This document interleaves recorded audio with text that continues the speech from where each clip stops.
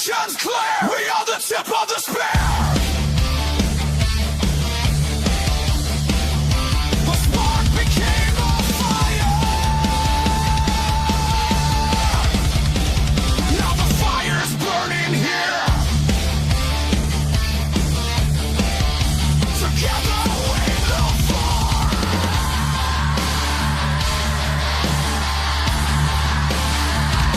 The tip of the spear. Welcome, everybody, to February's edition of Tip of the Spear. How is everybody doing? Whew, that's a big one. All right, let's start at the top. Mr. Gene, how are you doing today, sir? Outstanding, sir. Thank you. Honored as usual to be joining this fine group of extremely good looking folks and Tim. This is awesome. I love you, bro. Here, you know what? Just for that, I'm going to put Tim right next to you. Yeah. All right, Mr. Tim, how are you, sir? Good to be here, Willis. And I've been wanting to ask you this since the pre-chat show. Did you forget to shave this morning, mate? No. It's been a couple mornings. A decade. It's maybe a decade, maybe. All right, Gunny, how are you, sir? Sore. I think I pulled something in my shoulder when I was transitioning, doing some of the exercises that have been prescribed, but I pushed through today, and then got a couple suits ready. Got a trip in the morning. Go see the big prominent White House on Friday, and then we got the gala on Friday night, and I'll be back home on Saturday night, maybe Saturday afternoon. Are you worried about the snowstorm that just went through the East Coast? Not worried about anything, dude. All right. There's some snow shoveling jobs out there too. I'm not going that far. I'm just saying. I'm not going that far north, and I don't carry that many IDs with me. Just so. need 5. Yes, sir. Yes, sir. Yes, sir. All right, Rich LaMonica, how are you, sir? Doing good. Still riding the high of Team USA winning the gold after 46 years. Yes, sir. Heck Yes, yeah. sir. There it is. Heck yeah. All right, Mr. Sean, how are you, sir? This is my favorite family.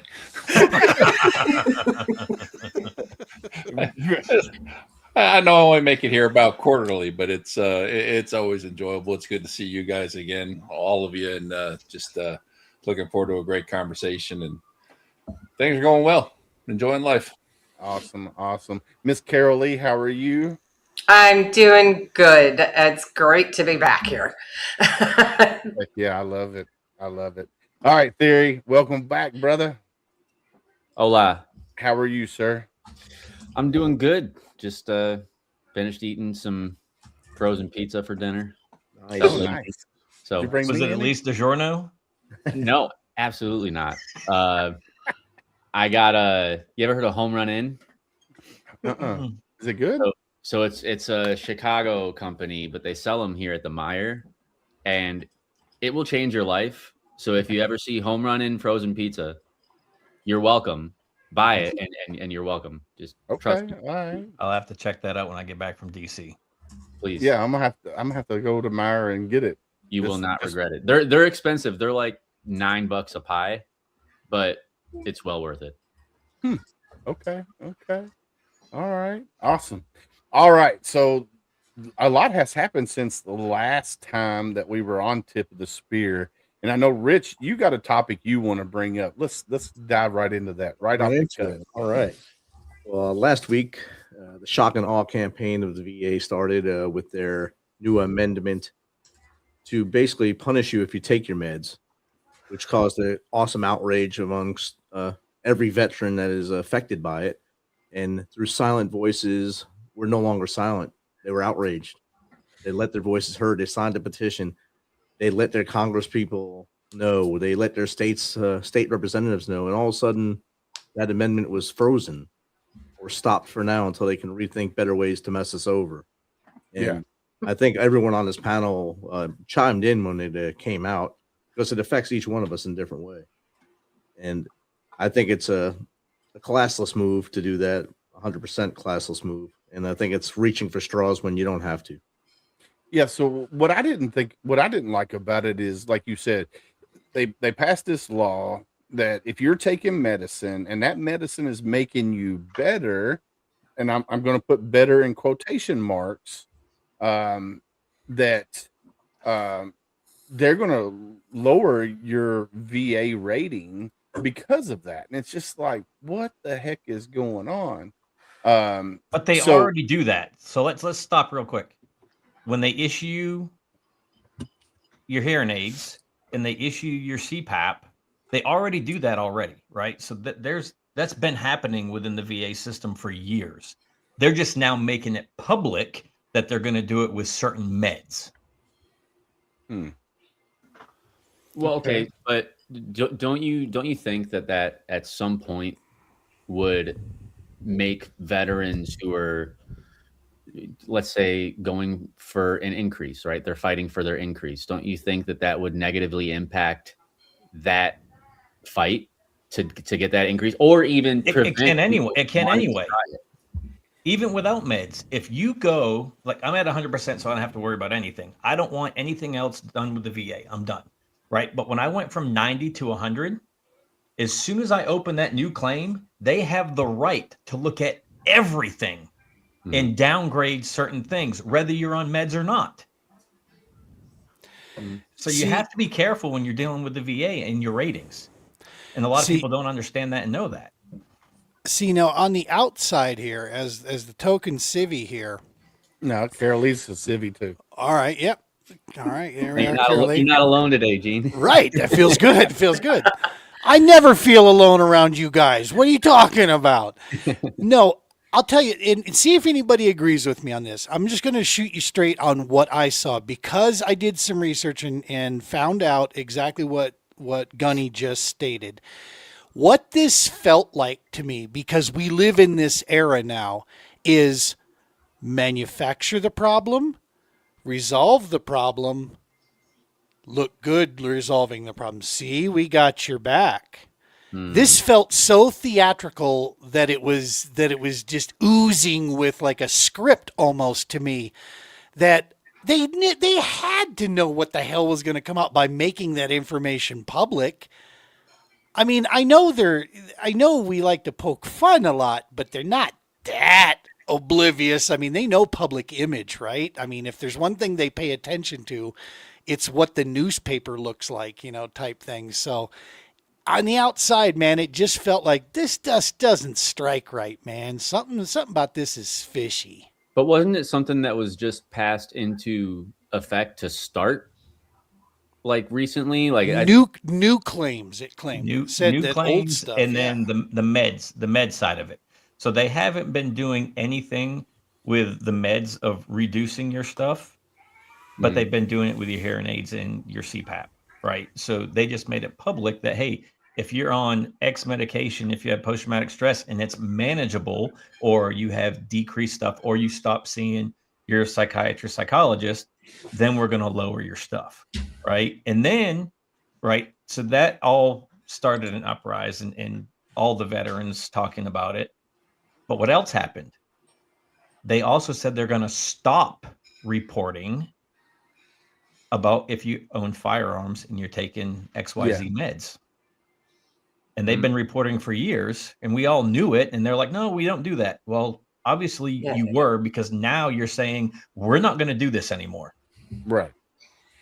So they've been hiding behind their lies forever. It wasn't just if they were on meds. If they had a fiduciary, it was the reason why they were reporting for decades. And it just means you're incompetent. But now, if you're incompetent, you can own a gun, basically, is what it's saying. Yeah. Well, then, So can I offer a different kind of perspective? Like I see where a lot of people are getting frustrated, and like, hi guys, I'm Marie. For those of you who Welcome don't know back. me, I am the co-host for Every Day's a Saturday USMC Veteran Coffee Talk. And what Gene was just saying about the whole, they know that people are seeing this, and it's a big splash, right? So my perspective is I see a couple different sides on everything. And one of the big ones is, as a recovery advocate, I understand where they are coming from in the aspect of they don't want people being stuck in victim mentality anymore. because there's so many people that are getting their disability and they're taking their meds, but they're really still stuck in victim mentality where I'm broken and I can't do anything, and they're still kind of lost in that kind of mentality. They just assume they're taking meds, they're always going to be this person that's struggling with PTSD, right? And now I know that PTSD is something that we will have for our entire lives, or mental health or disability, right? But there are times that things are better, times that things are worse. I get that, I'm right there. But the perspective that I'm seeing with this is that idea that they want people to say, hey, if these meds are helping you, if these devices, like for me, I've got different devices, I wear braces on my legs, if they're helping you, hey, let's get you back into the workforce. We don't want you feeling, and not just in the workforce, but also just into like volunteering or doing more things. And so I think, and I could be completely wrong, but I think that that's kind of more of what they're trying to go towards, is like, hey, people, you don't have to be a victim. If these meds are working, But it shouldn't affect your rating, because the rating affects your pay. Yes. And so and that's the thing is I see both sides of it, because I also don't think that people's livelihood should be affected by temporarily feeling better, because that's the thing is meds are a temporary thing.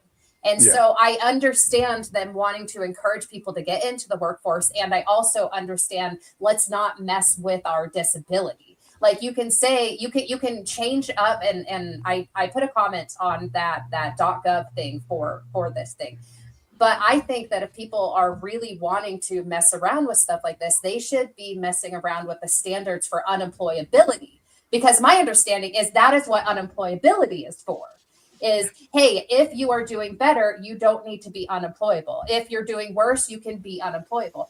So what I don't understand is why they're affecting the rating. So if they're wanting to change it, mess with that part instead. But I also see, the other sides. But they're not going to do anything with the unemployability, right? Because if, like me at 100%, straight up 100%, I can work and make X amount, whatever money I want. But the unemployability, you can only make, what is it, $1,300 a month or something like that, $1,100 a month, or $13,300, whatever the magic dollar is, right? So they want people on that unemployability. So they have to rely on the VA. Yeah. Instead of giving people 100%. That's why it's so hard to go from 90 to 100. It's almost double in pay from 90 to 100. Yeah. See, anytime the solution involves the people of the program paying the weight, I immediately know what their motivation is. Yeah. Okay. We have an infrastructure problem, so the result must be more taxes. It couldn't be that we're wasting the money you give us. No, it couldn't be that. So I hope and wish for the good idea that they have the right motivations, but the fact is, it seemed like to me that the only resolution they were firing was going to end up hitting the people that this program was serving, not them. You know what I mean? And so immediately I'm like, smells bad. Somebody had said something in one of the posts I saw, and it kind of resonated with me. And they said that it should, in no way should it affect any ratings, because we weren't medicated when we signed the dotted line. Right. So you shouldn't be like everybody says that your VA compensation every month is not, it's VA disability, but it's like, it's not your disability pension. It's a benefit that veterans get for injuries obtained during your time in service. Right. So that's why, Gunny, he can work. It's just the way that it is. So it's like, I think a lot of veterans who share that mentality where it's like, I'm not disabled. I'm being compensated. It's my compensation for my time in service and the injuries that I sustained during my time in service.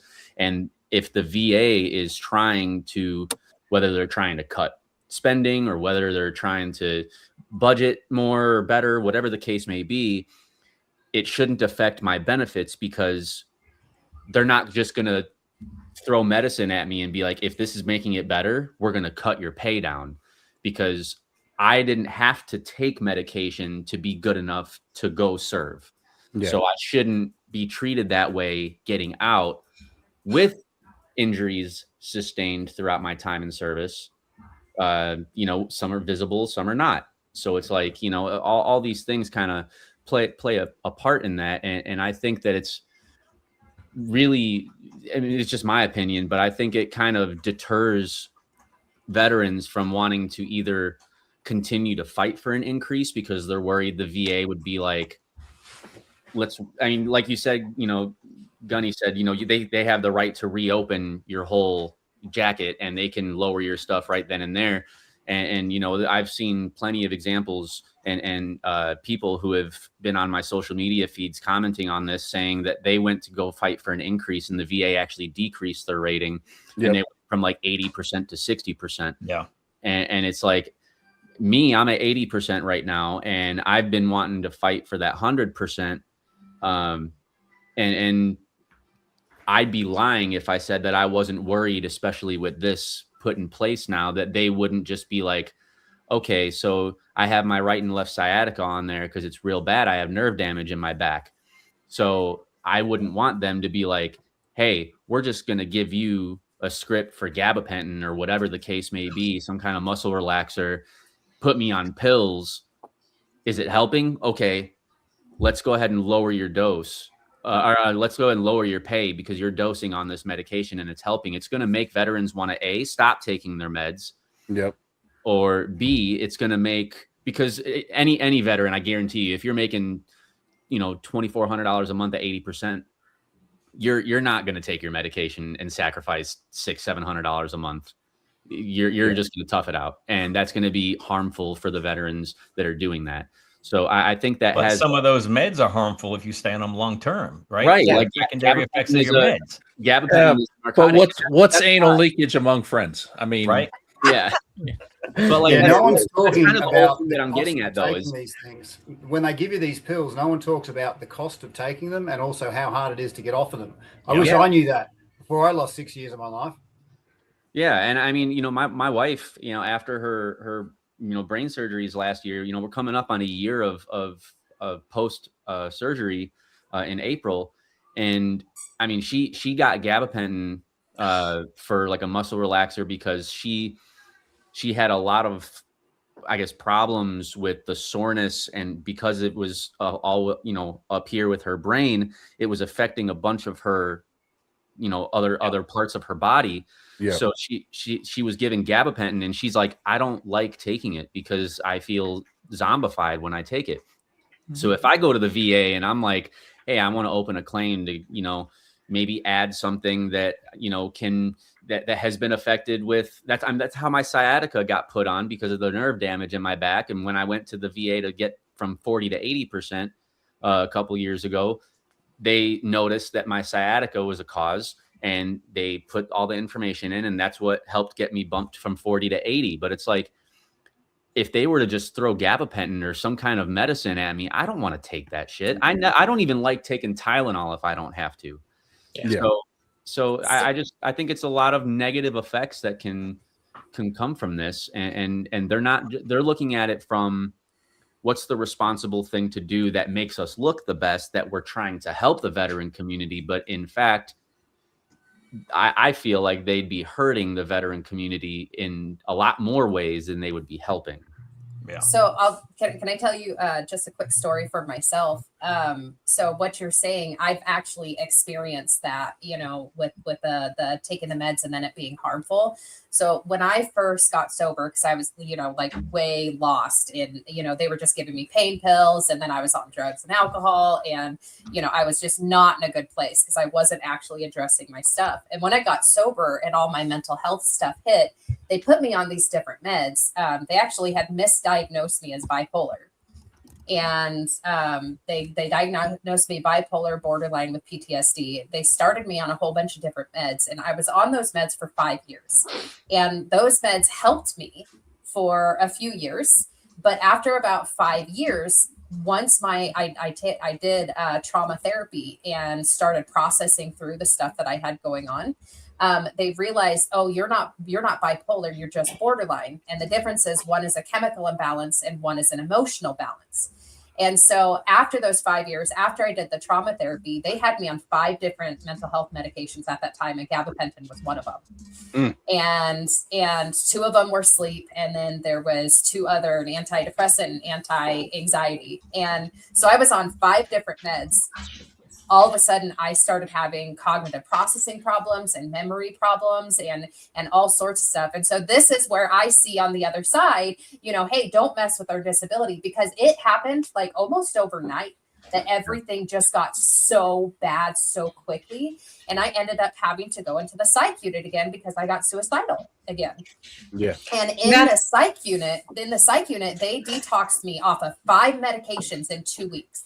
And the issue is some of these meds needed 6 months to titrate. They took me off everything in 2 weeks. And it was bad. It was super, super bad.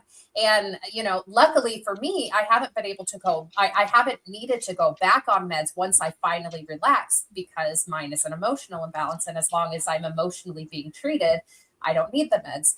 But I can't imagine if they would have taken my disability for those 5 years. And then all of a sudden I crashed that flipping hard. And then I'm like, well, now I'm screwed because I can't do anything and I've got no money. So I understand that mistakes are made and things like that happen. And like I said before, like, I don't think that we should be punished for temporary successes. I would agree. Yeah. So before real quick, Steve-O put something in here about, everybody who served honorably should have 10% automatic. As soon as you fire a machine gun or weapon system, you can get PTSD. I'm going to disagree with the post-traumatic stress piece. Yeah. I will say, on the other hand, traumatic brain injury, because you are dealing with the concussion and the back blast, right? And that will affect your cognitive functions over time. Not to count the chemicals from your CLP that's getting blasted back into your face, and you're breathing it in, going into your ducts and everything else. So But I would say you could get PTSD from it as well. In the aspect, there's a couple different forms of PTSD, and one of them is moral injury. And if you have been taught to stay away from guns, but you're being taught how to kill, that is a moral injury that can cause a form of PTSD. But So I I'm also just saying. think with that being said, I'm a very firm believer that when you sign up to join any branch of the United States military, you should be more than understanding. Unless you're a chaplain. Yeah. or Desmond Doss. But you should The be expectation is there. You should be more than understanding that you're going into the United States Armed Forces. The Armed Forces is there to protect, and you are taught to defeat the enemy at all costs, no matter what branch it's going around, unless you're, Coast Guard. It's not called the unarmed forces. Right. It's not the unarmed Right. forces. Yeah. And Yeah, I a was lot gonna of say- those issues will come out at recruit training or your advanced training when you're dealing with those firearms too. So now you're going to get a failure to adapt discharge. Yeah. I had quite a few Eventually. people in So, my it's platoon in boot camp that were separated in boot camp because of failure to adapt to a military lifestyle. There was a guy that tried to, himself with his bootlaces because he said that he felt traumatized after actually firing one of his rifles. And I was just like, I mean, it's not for everybody, but I don't, it's like, what was that one news reporter? He was like turned into a meme for the longest time because he fired a rifle and he went and claimed that he got. Wasn't that he was running? But didn't he run for vice president? I think it was something like he ran for some kind of public with Kamala. No, Tim Walz. Tim Walz. That's a whole other story. No, that's a whole other. I thought he whole did other too. I thought he veteran, was like he did too, and he was He carrying wanted, around. That's he wanted men to Dean's wear guy. tampons. Yeah, no, there was. I think he was like a news reporter or something, or some kind of reporter for some media agency, and he fired a rifle and he claimed that he got PTSD, and like the veteran community just lit this dude up.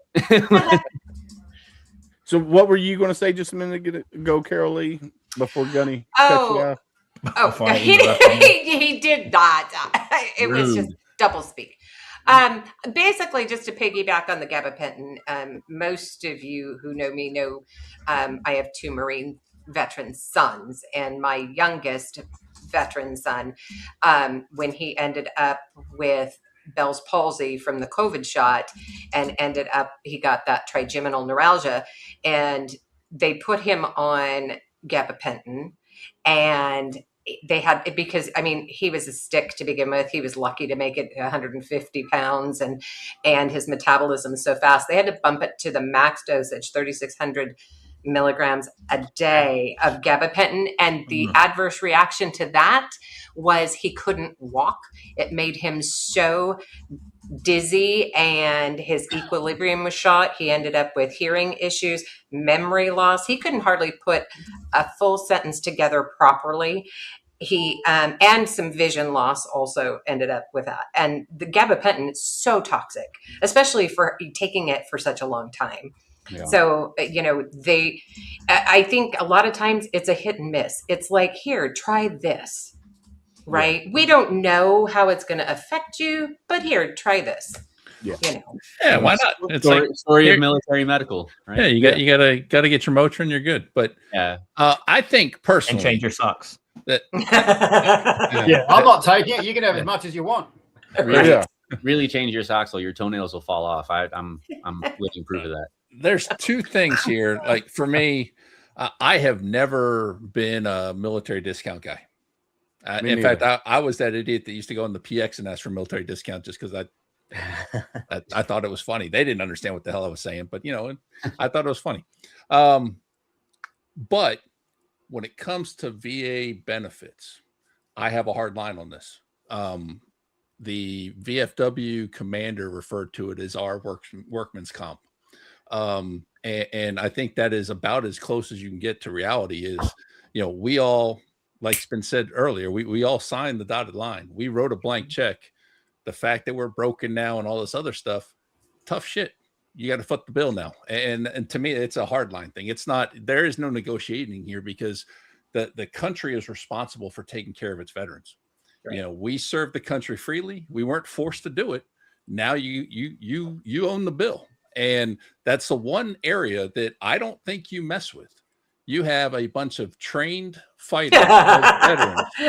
Yeah, you don't want them knocking on your door. It's the last group, and it's probably one of the reasons why we'd never have a military coup or some sort of because everybody thinks Trump's going to become a king and everything. That'll never happen because the veterans will never let it happen. Yeah, But we're the last group you want to piss off.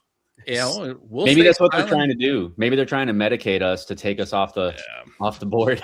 But the fact is, there's so much we can do better to take care of our veterans, and I don't care what the price tag is. I really don't. We spend so much wasteful money on all this BS. Okay, it's time to turn around and take care of your people. Well, look at the gear we left. Look at the gear we left back during Desert Storm, Desert Shield. Right, all the gear that we left behind during Desert Storm, Desert Shield. All the gear that we left behind in the withdrawal from Afghanistan. Yeah. Yep. Really? I mean, the billions of dollars of gear that was left, that was operational gear. It wasn't like it was damaged and can't be moved. You don't even have to talk about military gear. Talk about all the wasteful spending the government does anyway with studies overseas and transgender studies. Who gives a shit? Or a toilet seat for the White House. Yeah. How to turn rats transgender. Yeah, but I think But what you're we're never vote people out. going to mess with my disability pension or my disability compensation. But you'll spend. If I could offer a perspective from down under, I think there's a big problem with the word help. When someone tries to help a group and they don't understand it, it doesn't matter how much resources you have, you're always going to be coming up short, in some ways making it worse. And the way I sort of liken government's funding or spending in veteran recovery programs, they're like, well, flowers need water. Here's a bucket of water. Boom, there you go. We're done. I can say on the spreadsheet, flowers need water. They need water. There you go. So without any understanding of how to apply the resources or even understanding of the group itself, I think it's very easy to go, well, I want to help with good intentions, but completely miss the mark. And I will share this. I'm not just one to point out problems. Two things that really worked for us down under was understanding how pain worked And it didn't matter if it was physical pain, emotional pain, or where it even came from. And it wasn't even necessarily veteran centric. This is just what we discovered, was that it got to a certain duration or intensity where it transformed without the person even knowing it into loneliness. I'm all alone. I don't know who to trust.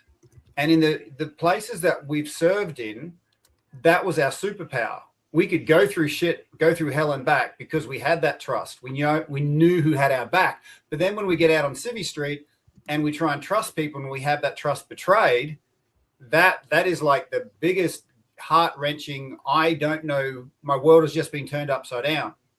And the resultant fatigue of, okay, I'll own this. When I couldn't drop my guard because no one had my back, if I dropped it for a second, something bad's going to happen. It's going to be my fault. That resulted me being sleepless.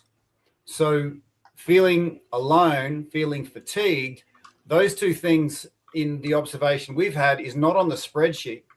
And I see so many dollars spent in the veteran space. But again, this is just an observation from down under. Until we address the loneliness that people feel and the fatigue that they're in, a lot of these resources don't land, Yeah. Yeah. We I want to touch on a comment that Rich just put up there. And I will say, Teresa, yes, you're right. But again, you're wrong. The VA as a whole has not had a decrease in the compensation because they go along with, FHA and cost of living. But as an individual person, there has been many cases where an individual has had a decrease in their compensation. Yeah. Yeah, it shouldn't be VA wide. It shouldn't be a mandate. But to me, this we have living proof sitting right in front of us that it's not a money issue. As much as we'd like to think it is, it's not a money issue. It's a priorities issue. You look at the last 5 years of federal budget monies that have been, set to the VA. It is increased every It goes. year. Sorry, it goes up with Social Security, not FHA. It goes every time Social Security gets an increase, the Yeah. VA gets an increase. So spending, and there was an expansion of employees that was sent to it, but yet we're not seeing the drop in issues or mental health, issues that are out there. We're not seeing that go anywhere. Matter of fact, we're seeing some numbers get worse. Because It's like everybody 20 wants years to of raise war. awareness. Right. Everybody 20 wants years to of raise war. awareness instead Exactly. of taking care of the issue. We've been Yeah. raising awareness on post-traumatic stress since the Do early something. 2000s. Yeah, absolutely. It's been 26 years, 25 years coming up since 9/11 happened and that war started in Afghanistan. And then we're 23 years went since Iraq started. We are aware that there's an issue. Yeah. Find a way to fix it. Yeah. So- There's- Who is So on there- here? there Brian. is a Brian's on here. There are great nonprofits that are doing their part, but they can't do the entire job of the VA that has the full system of the veterans, that are logged in through the VA system. So what Yeah. people may not know though is there is a lot of programs that are being started, especially in the last couple of years. So I will shout on the rooftops at least the Utah VA. Okay, the Utah VA is the best VA that I've ever been to. And I know that some of the programs that they're implementing, they're trying to implement, all over. But one of the biggest things that they actually do is like a lifestyle medicine class. And I don't know if that is with all the VAs or whatnot, but here in Utah, at least, like they're doing like yoga classes and food mindfulness as mindfulness for pain management. They're doing food as medicine. They're doing all sorts of stuff that is actually kind of helping with some of that PTSD stuff, with some of the disability stuff, especially the yoga classes. They've got weekly meditation yoga classes. Like they've got all sorts of different things that they actually are trying to implement now to get people off of medications or to get people to get more help, and instead of just the awareness. So I know at least here in Utah, there is a lot of changes that are happening. I'm hoping that it's in the other VAs, but I would look into the lifestyle medicine classes. And Okay. there's just so much that's being implemented with the mindfulness, with the yoga, with the Like everything classes, else in the civil service, group there's a lot of classes. garbage throughout the VA too. Yeah. I've, Why Yeah. don't we just take I've filed Ohio? complaints against my doctor specifically. You know, the only word he knew was no. Yeah. So I'm gonna comment But there on are this some one. programs. That's all I'm saying is look into Yeah, the it's programs, hit or be miss. your own advocate, because some of the VAs really are implementing a lot of changes already. Yeah, Go so ahead, I'm gonna sorry. comment on this one. So this is from Rich's YouTube from the Better Willis. I seriously doubt that there's a better Willis than me. That's this got to is- be is- your. That's probably your wife. I don't know. She's I the don't know. best Willis. It is. It is the one that can say Eastern Kentucky. Oh, there's Teresa. Hold on, we'll bring her up. Is there a point that you can get to that the VA can't mess with your compensation? So I'm going to say this because you could be 100% and do like Gunny and not go back and file a different claim. But if you are out there posting on Facebook, like say you got say you had your shoulder replaced, and that was part of your compensation. Well, the VA can see that, and then they can come back and investigate and open up a CMP exam and say, all right, well, you had a shoulder replaced. Now your shoulder's working like it's supposed to. We can reduce you. So even if you are 100%, they can still open up a claim and reduce your, depending on if you get better. Like I got a total knee replacement in my right knee. Well, I can't file a claim on that because I had a total knee replacement. That's not can not file a necessarily claim on true. that. Well, I mean, I can file So a claim on it. But there's a couple different things there. So one of them is there is something called permanent and total. Permanent and Yeah. total, they won't take it away. But I was going to say, with your replacement, I had bilateral hip replacements, and they actually have given me disability for the replacements, for the residuals of the replacements, for the scar tissue, for the limitation in flexion. Even though my hips are better and I can still move around, there will be permanent damage that will be there because of the way they have to cut into the muscles, cut into the tendons, cut into everything. So they will give you residuals. So if that's something that you have been Yeah. hesitant on, they will give you residual disability for that. right. All right. Let's welcome Miss Teresa Carpenter to the show. Welcome. Hey Hello. guys, can you hear me? I'm on my headphones. Yeah, you look like you got a healthy plate there too. Oh gosh, can you see it in the thing? I know. I did see it when you put your phone down. I just got my food out of the microwave. My husband's not in town, and he does all the grilling and cooking, and so yeah, got the frozen food for me as I get back from pickleball. But yeah, nice to meet everybody. I was just going to say I've been following this issue very closely. Tomorrow night I'll have Jane Babcock on the show. My name's Teresa Carpenter. I'm the host of the Stories of Service podcast. And Jane Babcock, you guys might know who she is. She's very prolific on LinkedIn, a very wonderful citizen volunteer who used to be a former VSO, and she's got a wealth of knowledge on this issue. I've also had Daniel Gade on my show. He wrote the book Wounding Warriors. A lot of people don't care for Daniel Gade. He is definitely one of those people that thinks the only people who deserve VA benefits are the ones who have been injured on the job, in combat, or in a training situation. And so we had a very lively discussion about that. Civ Div is another one I've had on my podcast. And I've studied this issue by reading Daniel Gade's book and wanted to understand this other side of the issue when it comes to VA disability. And yeah, just like I think you were saying, I don't have my glasses on, my contact lenses, but the female that's on the podcast, she was talking about this, kind of taking the other side about how it puts people in a dependency role. And that's kind of what Daniel Gade's argument is. But the best thing I got out of the book ultimately was that we have never been successful in trying to take away VA disability. Now, if that could change, and I love the way that us veterans all banded together last week when this rule came out. I did too. I put out a video, and definitely it was wonderful to see us all agreeing on something that's so universal. And I am not one of those people that agree completely with Daniel Gade. I see where he's coming from, but I don't completely agree with his side. But I think it's important that we hear those perspectives and we don't trash him, and we understand where these people are coming from, and we try our best to come up with a good way ahead where we balance the people who really are scamming the system to the people that really need the support. But I'm with you guys. We signed our name on a contract, And if we get hurt, I don't care if it's on the job, not on the job, doesn't matter.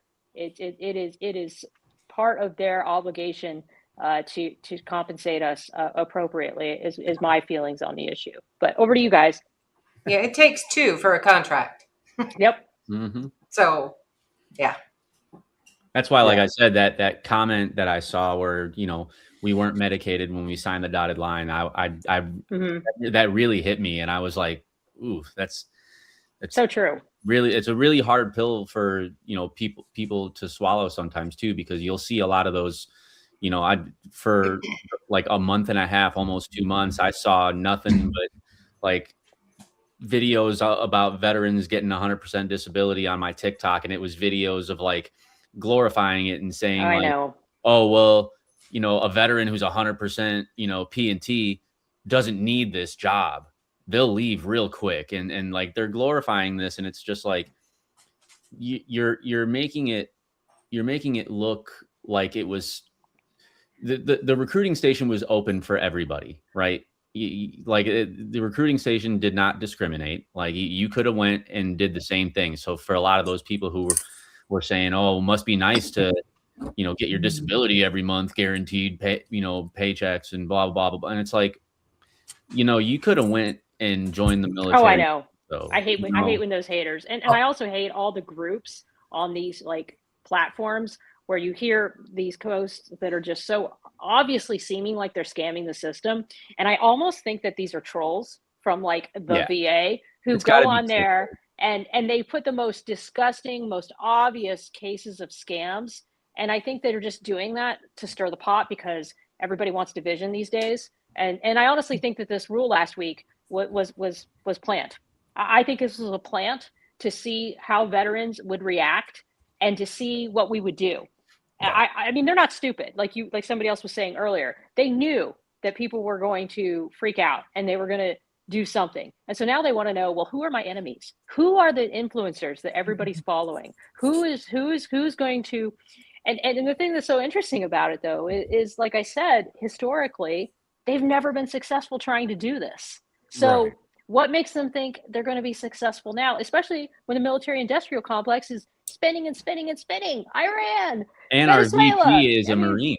Yeah. Like it seems to me like they're spinning their wheels and they're wasting their time because veterans are smarter than this. And we're the people that will speak up and speak out. Us and first responders. Yeah, I mean, I don't remember the numbers. Rich, do you have the numbers of how many people commented and made a stink about it like within 24 hours? I think you posted something about the numbers, didn't you? I didn't know the exact number was like 100,000 or something in the first 24 hours. Wow. Yeah. It went nuts in the first 24 hours, and I think it's up over 400,000 now. Yeah, because I opened up TikTok the next day, and man, I tell you what, TikTok was blowing up, especially on the veteran side of things. It was blowing up, and I was like, holy cow. And that's the good thing about having, you know, this platform here, the Tip of the Spear, is we can all come here and talk about it from our point of view. And, you know, of course, you got all the people that are commenting and everything. And if you can't see the comments, you probably need to click over there and click on comments so you can see them.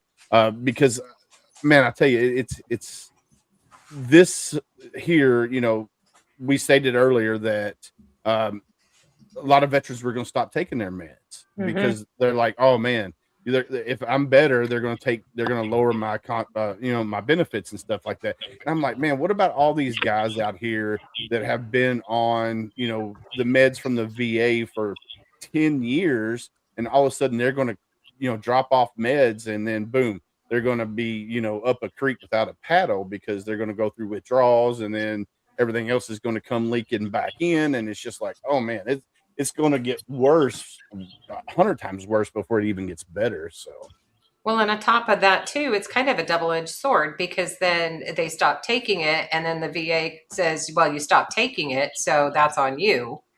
So, yeah.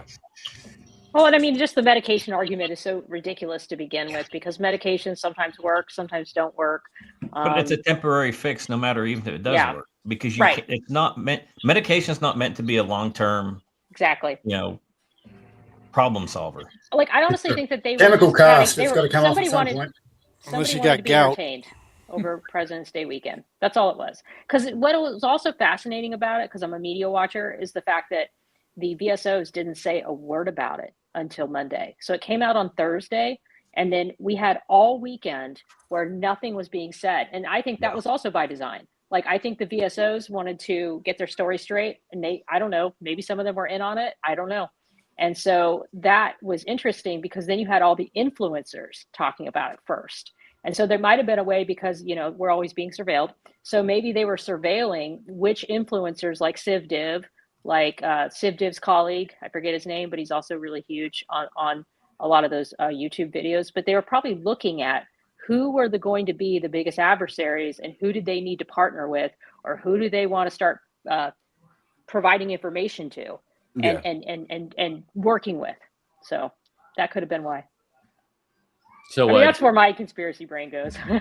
So it almost sounds like there's a lot of people who think that it was like rage baiting by the. Oh, by yeah. the VA. Yeah. I mean, it definitely could. I wouldn't be surprised, to be completely honest. It wouldn't be the. I mean, look how divisive this administration. Oh, every administration is. I've decided I'm no longer partisan, so I'm nonpartisan. But look how divisive everything is. I mean, look at that shit show of a State of the Union last night, where half the side stand up, the other half doesn't. It's so silly. It's I call it DC theater. Mm-hmm.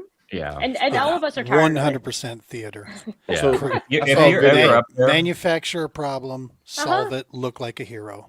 Gene, all spot that's on. for TV. Every bit of that's for TV.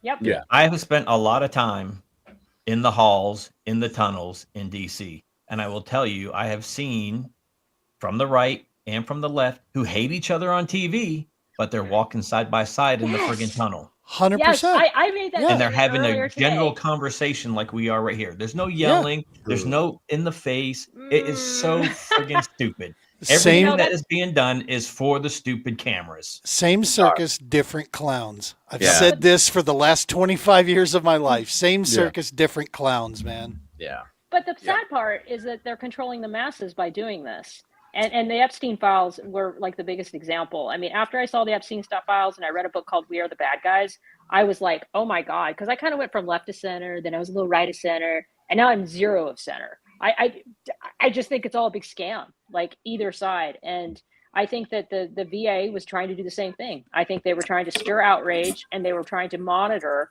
who they thought were going to be the biggest people who are going to fight this, and what is going to come of it. And I was a little bit disappointed, but what I was happy about, like I said, was I saw a lot of veterans coming together and uniting and speaking in one voice. And that part of it I really appreciated. And I mean, I think that's a good thing. I think we all understand that this is, like you say, a benefit that we all signed our name on the bottom line, and we followed the law. Yeah. And we have benefits by law that we are entitled to. And I feel strongly about that. Yeah, I think everybody here would agree that we all, it's something that we are entitled to when it comes to, serving our country honorably. And we, have PTSD, moral injury. You got blown up twice. Those after we get out, that's something that should be there for us, whether we take it or not. Like for me, for example, when I got out in 2004, I didn't start going to the VA until 2022 or 23. And, it's just like, at that time I was like, oh, I don't need it. I got a job, I got health insurance and stuff like that. But the stuff that was going on in my brain, and my wife would tell you, she tried many years to get me to go, and I wouldn't do it. Somebody's dogs. And it, finally getting there, and then going to see a therapist and opening up and talking about the things that's going on with me. And he's like, well, I can prescribe you medicine. I was like, well, I don't want to take medicine. And the reason I don't want to take medicine is because I want to try to do it deal with the problems the right way and try to solve it without using medicine, whether just talking with somebody or when we were down in SOF for SOF missions down in Tampa, they recommended accelerated resolution therapy for me. So that's something that I got to check into and see if that works. I don't know if it will or not, but I've heard good things. I've heard bad things. So yeah, definitely. Willis, speaking of getting out, I do need to excuse myself early. I've got a top of the hour appointment I can't get out of. But I will leave you with something. We've always prefaced that, all the money you make, all the money you get is not going to put back in what the service takes out. The money that you do get from whatever allowance is there for you to go on your seeking of healing journey. For you to get to your start point of, I joined to serve, and my healing journey is there to get me to the start point of serving again, bringing my gifts into the world.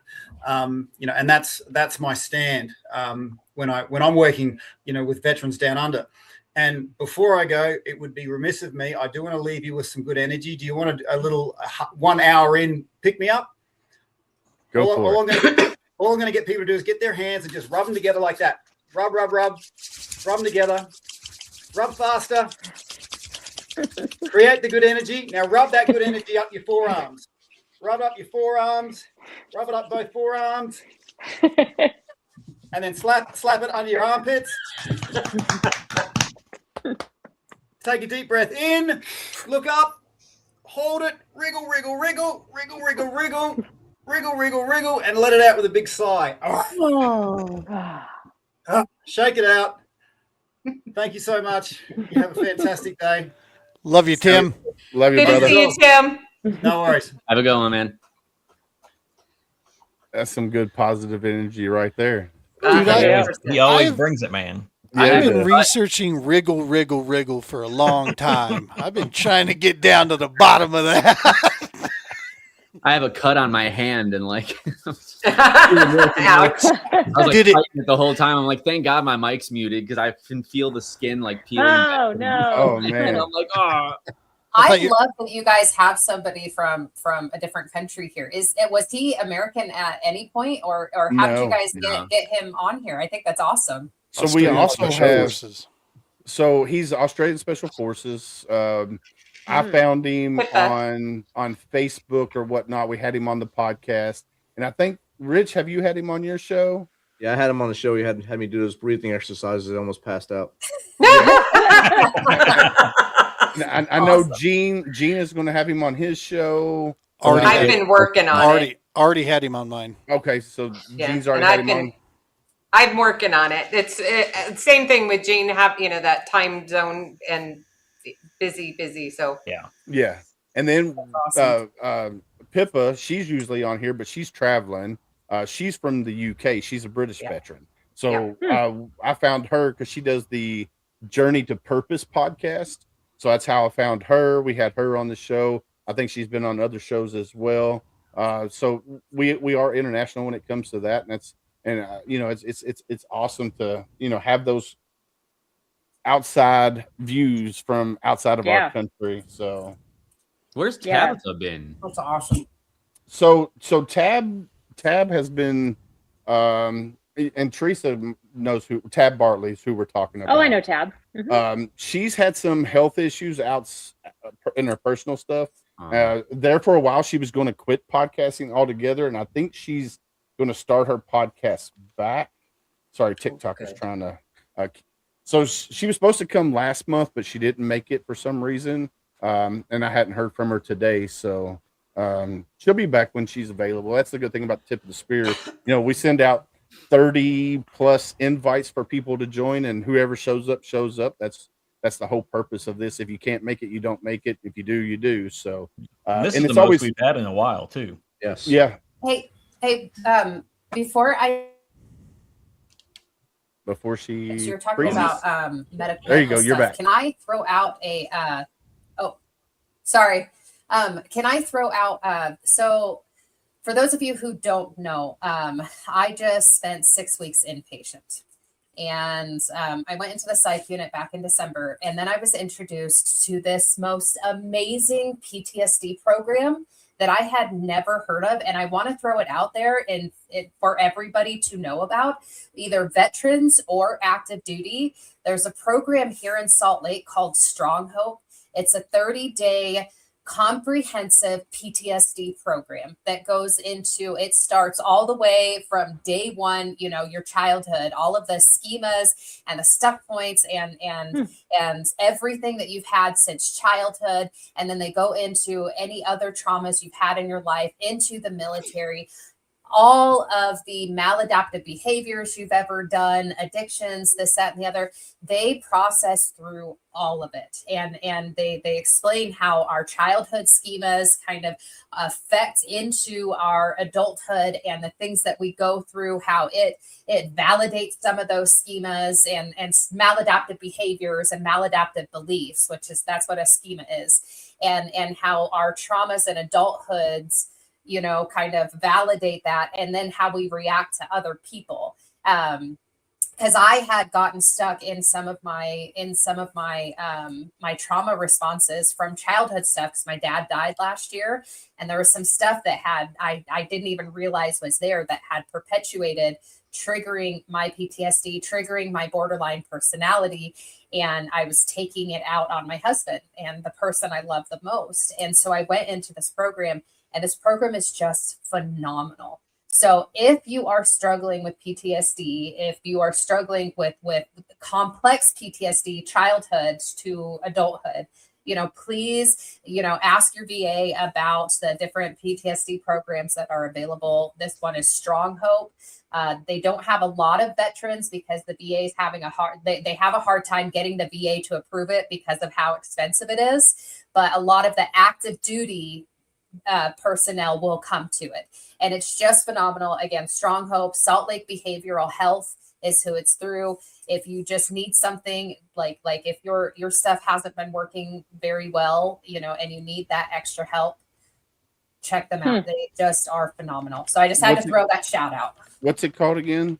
Strong Hope. Yep. And it's Salt Lake Behavioral Health. And it was just phenomenal. So I had to have actually like people help me fight to get the VA to pay for it, because it's such an expensive thing. And they just have, there's only 2 men's groups right now and 1 female group. And but it's just phenomenal. So yes, please check it out. All right, so I just put the link in chat, and it's also up on the screen right now. So go check it out. I'm glad you're back. I know you've been gone for a minute, so I want to say thank you for you know, taking care of yourself, because I know that's something that you talked about beforehand. And you made a comment in the Cav Arts last episode that we did on Cav Arts, where I wasn't there, about compassion fatigue. So the first Wednesday of next month, when we go back in there, that's what that whole class is going to be about, compassion fatigue. So we're definitely going to be talking about that on Cav Arts. And if you don't know what Cav Arts is, it's Challenge America Veterans in the Arts program. It's cavarts.org. So go check them out as well. It's amazing. They got leatherworking, guitars for vets. You got the art of podcasting, all kinds of things on there. If you want to learn how to paint, it's on there as well. The only thing they request is that you be you don't be negative. You got to be positive on the website, because it's all skill levels when you go there. So just, you know, they just recently kicked the first guy out ever from it because he was being very negative. 76-year-old veteran, and he was just being negative all over the place. So they had to wind up kicking him out. So hold on. Podcasting is an art? Yes. Yeah. Yeah. Good God, they will call anything an art these days. It takes a lot to podcast, bro. You know that as well as I was going to say, I've been doing it for 5+ years, and I still can't draw a stick figure. I'm just saying. Yeah, the scarier thing is we now call Gene an artist. I mean, what? Right. There we go. You'll let anybody in here if that's the case. Now, Theory's an artist right there. That's a different type of artist. Okay, all right. A different type of artist. Cool. There's all kinds of different art therapy out there. It just depends on what's your passion, whether it's leatherworking, painting, be podcasting, whatever. It's As a podcast host, you have to be creative. It's Oh, all yeah. about creativity yeah. because you have to know what your audience wants. You have to know how to talk to your guests. It's all creativity, and it's both sides of your brain. So of course, it's Yeah. I feel Yeah. that. Well, yeah. it's also storytelling. I mean, because every single time you do a show, you have to think, what's the angle, what's the hook, and then you and the guests have to be in alignment with what that is. And I really enjoy it. I'm trying to slow down because I'm looking at trying to start a support group here in Ocean Springs, Mississippi, where I live. I've reached out to the VA, haven't heard back. I'm hoping maybe I can partner with maybe one of the VSOs here because I need a location. But I'm learning a lot about even peer support groups. Some people say you got to have a trained professional there. So I'm looking into how I would go about doing that to have something that's structured. But I really want to kind of step back from some of the online stuff and do more in-person things. yeah. It's it's tough though, because I retired in September and I had this show for 5 years and it's become such a social outlet for me. But at the same time, I want to meet friends that live in my city and do things in my neighborhood, and other vets I think would be a perfect opportunity for that. So yeah, Well- I go ahead. I was going to say I'd recommend looking at see what nonprofits are in your area, and get with them and see if they have something that piques your interest. Because there's a whole plethora of nonprofits out there. Mississippi, I don't know if I've had many on from Mississippi. I guess it just depends on what part of Mississippi, upper, lower, middle, wherever you're at. I know I'm in right near Tampa- Biloxi. Okay. So I know in Tampa there's SOF missions. There's several on the panhandle of Florida. But I don't know about Mississippi. I'll have to go back through my database and see who's in that area. If not, Well- I'll start looking for them. Well, it was interesting because I'm on this like Ocean Springs Talk of the Town page, which has Mhm. like 70,000 people. It's the big page for our town. And that's what I thought would happen when I said I was thinking about starting a mental health support group, and that if there was already one in place, I mean, I don't have to be the one that starts it. I'll just join theirs. And I said it was for veterans. I didn't say women veterans. I just said veterans. And it was interesting because I would think that somebody would have piped up and said, oh yeah, we already have this. But we do have a sports one, like an exercise group for veterans, which I thought was interesting for the Gulf Coast.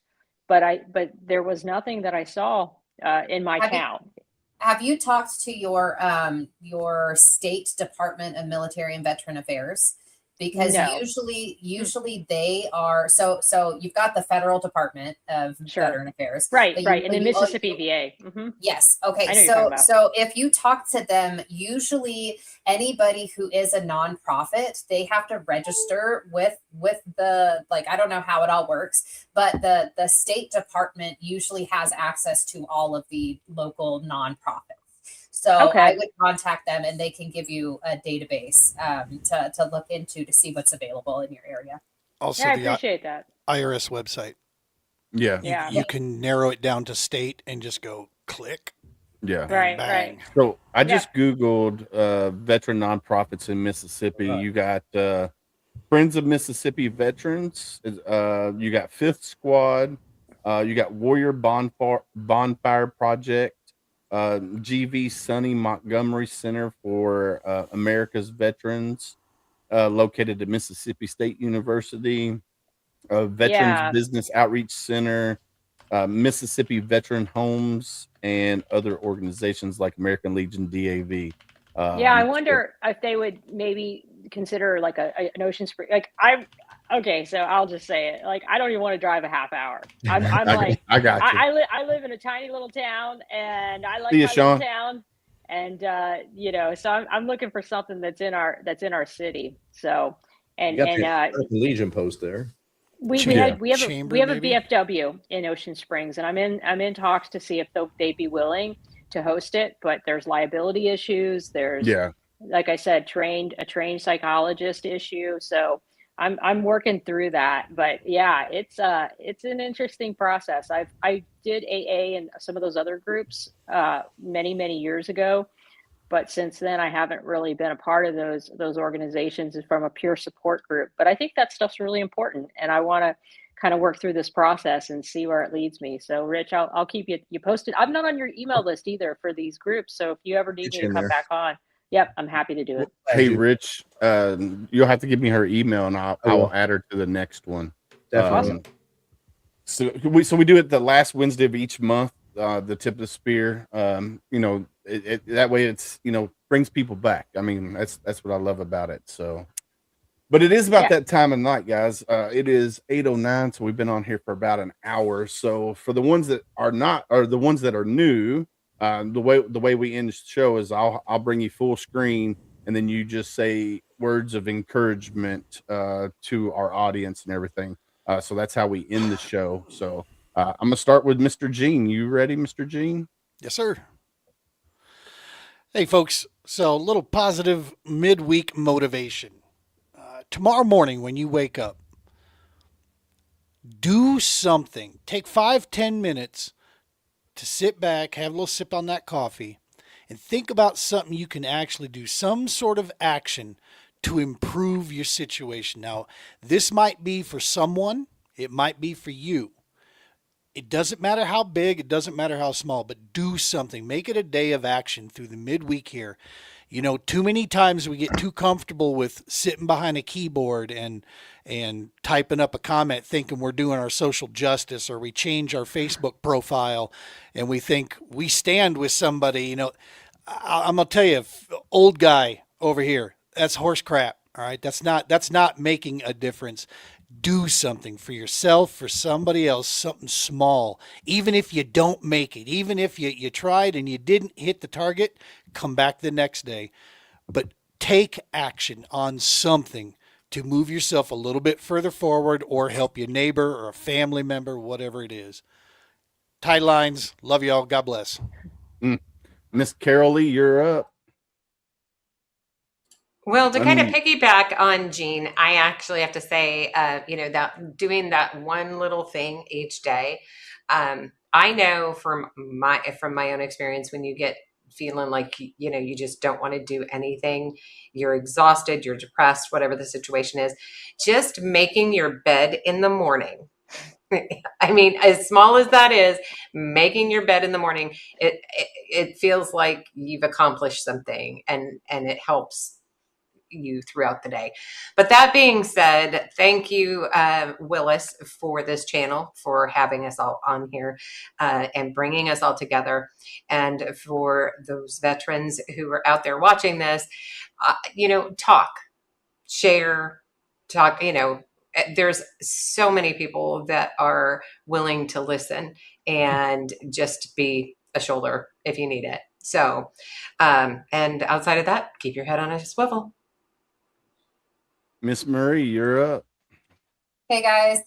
So I'm actually, as some of you know, I write, and I'm going to leave you guys with a poem I wrote while I was in the PTSD program.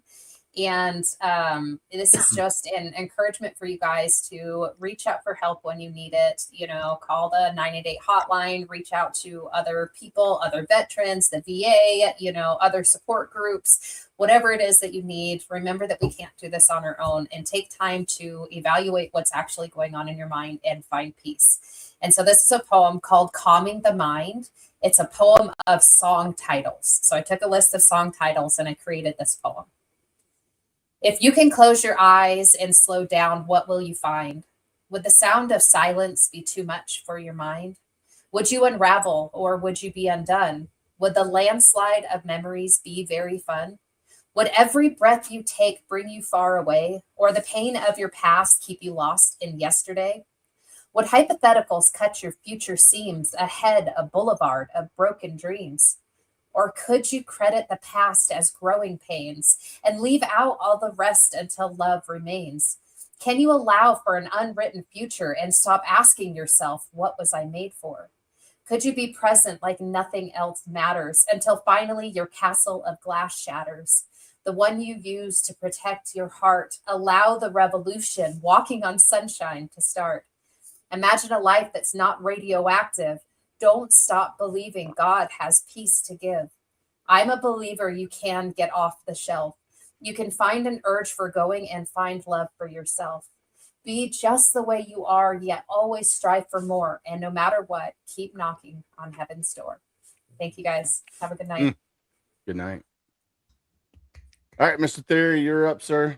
How do I follow up with that? I got a beat for you, Marie. I'll get you in the booth. I don't know. Just be kind. Have some patience with people, and I know that's something that I'm working on myself. And just be kind. Love one another. Look out for one another. And just try to spread peace and positivity with everything that you do. Amen, brother. Rich LaMonica, you're up, sir. Hello, everyone. We talked about the divisiveness in this country and what makes it happen. Listening to talking heads on both sides of the aisle, listening to that 13-inch screen in front of you. Pause every once in a while and think to yourself, why is it happening? Why are they dividing us? Because they can divide and conquer. Stop your neighbor when they're walking down the street. Look them in the eyes. Look those 3 inches up from your phone. Say hello. When you're running, when you're walking, when you're in a grocery store, look at people. Say hello. Smile. Just a smile. And that will make them smile. That will make their day. And that's what I want to leave you with. But one more thing. I want to give a huge congratulations to the 160th Special Operations Aviation Regiment, Chief Warrant Officer 5, Eric Slover, last night for being recognized for his heroism during the raid to capture Maduro in Venezuela. He has sustained wounds and was awarded the Medal of Honor last night. So big congratulations to him and the whole Night Stalker family. Good night, everybody. All right, Miss Teresa, you are up, my dear. Awesome. My parting words are just stay positive, stay engaged in whatever it is you're going to do for the day. Be mindful, get your exercise in. That's a real big one. I try to do 10,000 steps a day. Well, however you do them, and however slowly you do them, just do something to move. As we age, that's so important.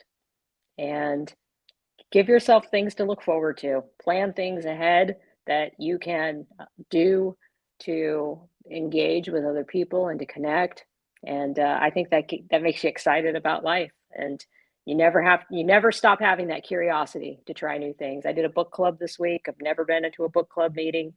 So just continue to get out there and like as much as you can, get off your phone, even though you're probably joining us from a phone. It's always great to just see people in person and meet them face to face. That's all I got. Amen. All right. Well, I'm gonna end it this way, guys. I'm gonna try to follow Gunny here. So you're not alone. Don't let the dark days wins.